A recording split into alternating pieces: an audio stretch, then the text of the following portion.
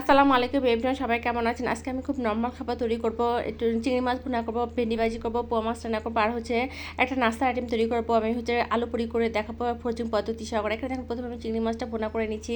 এখানে প্রথমে পেঁয়াজ আর কাঁচামরিচ আমি একটু হালকা ব্রাউন কালার ভেজে করে নিচ্ছি। এর মধ্যে আদা রসুন পেঁয়াজ, ধনিয়া গুঁড়া, মরিচের গুঁড়া, হলুদের গুঁড়া, লবণ স্বাদ মতো দিয়ে হাফ কাপ পানি দিয়ে মশলাটা কষিয়ে নেব। এদিকে দেখুন চিংড়ি মাছটা আমি খুব ভালোভাবে ওয়াশ করে নিয়েছি।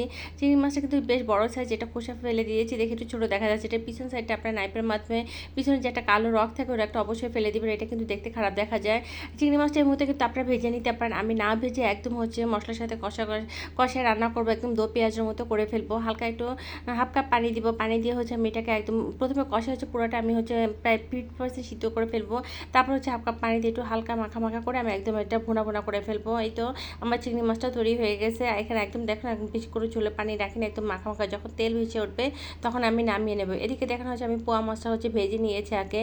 ভেজে মশলা কষা এর মধ্যে টমেটো আর পোয়া মাছ দিয়ে এটাকে একটু মশলার সাথে একটু ভালো করে কষিয়ে নিচ্ছি। এটা আমি আপনাদেরকে পুরোটা দেখালাম না, জাস্ট আমি পোয়া মাছটা এর আগে অনেকবার দেখিয়েছি, এই জন্য পুরো টেস্টটা দেখালাম না। এটা একদম মাখা মাখা করে আমি পোয়া মাছটা ভুনা করে নিয়েছি। আর এদিকে দেখানো আমি ভেন্ডি ভাজি করবো। ভেন্ডিটা আমি ছোটো ছোটো চাকচা করে কেটে নিয়েছি। এই ভুন থেকে একটু যদি মোটা হয় তাহলে কিন্তু সমস্যা নেই, ভেন্ডি খুব সহজে সিদ্ধ হয়ে যায়। এখানে আমি অনেক পরিমাণে পেঁয়াজ, রসুন এবং কাঁচামরিচ দিয়ে দিয়েছি। এখন এর মধ্যে আমি ভেন্ডিটা দিয়ে দিব। ভেন্ডিটা এর মধ্যে আমি শুধুমাত্র লবণ দিব, কোনো হলুদ অ্যাড করবো না। যেহেতু সরষের তেলে কিন্তু আলাদা একটা কালার থাকে, এটা সুন্দর একটা কালার চলে আসবে।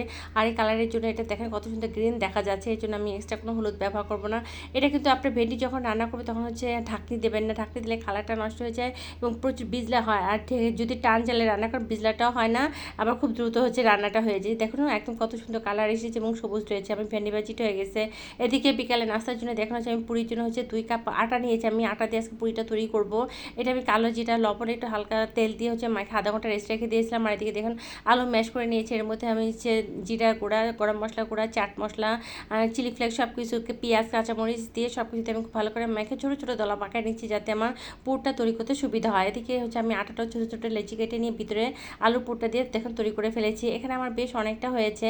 এখানে দেখুন প্রথমে আপনার বেলুন দিয়ে এটা করে নিতে পারেন, অথবা হাতে স্পেস করে আপনাকে এই পুরিটা তৈরি করে নিতে পারেন। দুইভাবে তৈরি করা যায়, আপনার যেভাবে সুবিধা হয়। এখানে আমি কিছুটা ভেজে নিব। আমি প্রায় যতটুকু আমাদের লাগবে বিকালে নাস্তার জন্য ওই পরিমাণ আমি ভেজে নিয়েছি। এখন উপরে যখন পুরিটা ভাজবেন উপরে একটু তেল উঠাই দিলে কিন্তু এটা সুন্দর মতো ফুলে ওঠে এবং সুন্দর কালার আসে। দেখুন কতটা সুন্দর ফুলে উঠেছে এবং কত সুন্দর কালার আসে। একবারে দোকানের থেকে আসলে না কিনে যদি আমরা বাসায় একটু কষ্ট করে এগুলো তৈরি করে, তারা কিন্তু একটা স্বাস্থ্যসম্মত খাবার তৈরি হয়। আর দেখুন কতটা সুন্দর, কতটা ক্রিপসি হয়েছে। আর এদিকে দেখুন আমার যেগুলো পুরি কাঁচা ছিল সেগুলো বড় একটা ট্রে বা প্লেটে করে 1 ঘন্টা ডিপ ফ্রিজে রেখে এটা এয়ারটাইট বক্সে রেখে দিব। এটা আপনারা যখন ভাজবেন তখন নামায় নিলে হবে। এই তো ছিল আমার আজকের রান্নার ভিডিও। যদি ভালো লেগে থাকে তবে লাইক কমেন্ট শেয়ার করবেন। আল্লাহ হাফেজ।